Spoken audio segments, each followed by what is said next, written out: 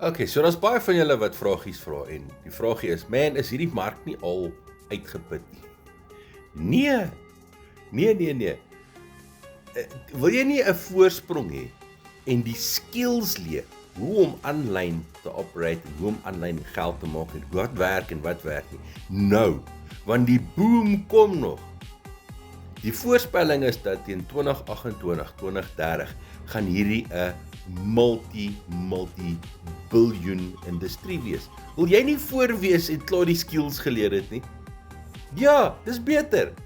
So as jy belangstel hoe om te leer om hierdie foon van jou te gebruik om geld te maak aanlyn.